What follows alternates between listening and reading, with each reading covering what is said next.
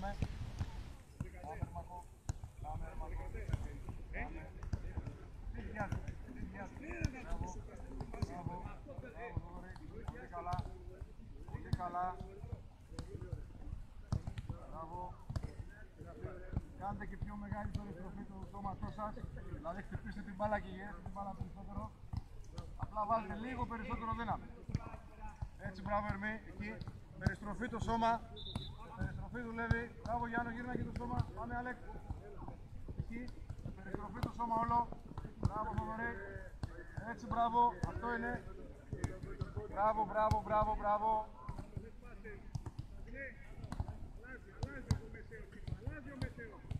Μπράβο. Μπράβο.